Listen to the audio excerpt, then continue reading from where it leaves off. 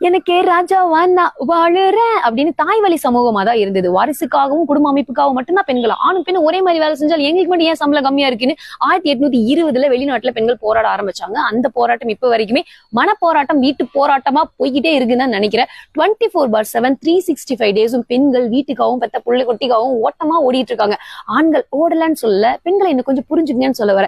Coffee வேணும் தலைவலிக்குது அப்படின்னா coffee போட ஆள் இல்ல, இருந்தும் போட தெரியல. நான் மட்டும் என்ன போறப்ப காஃபி கடையோடைய பிறந்த தோசை மொத்தமா இருக்கு, முருகலா வேணும்னா சுட சுட நெய்யெல்லாம் ஊத்தி கூட நான் சுட்டு தரேன். ஆனா எனக்குன்னு வரப்ப 2 கரண்டி மாவை ஒட்டுக்கா ஊத்தி மொத்தமா சுட்டு வாழ்க்கையே வெறுத்துரும் போல இருக்கு. It's not about coffee dosa. அதே இடத்துல அந்த கிச்சன்ல நீ நல்லா சமைக்கிற பண்ற அப்படின்னு அந்த பொண்ணையை தொடர்ந்து ஒரு மாதிரி ஈக்குவலா அந்த பொண்ணுக்கு ஹெல்ப் பண்ணாம ஒரு கார்னர்ல அந்த பொண்ணு தள்ளப்படுறான்னு ஃபீல் பண்றேன். ஏன்னா அதுக்கான ஒரு ஸ்பேஸ் இருந்தாதான் அவங்க தனக்கு பிடிச்ச வேலையை வந்து செய்ய முடியும். ஒரு பெரிய பிசினஸ் உமன் ஆகிறதுக்கான ஒரு வாய்ப்பு இருக்கும். ஈக்குவலா அந்த ஹெல்ப் இருந்தா மட்டும்தான் வீட்டுல.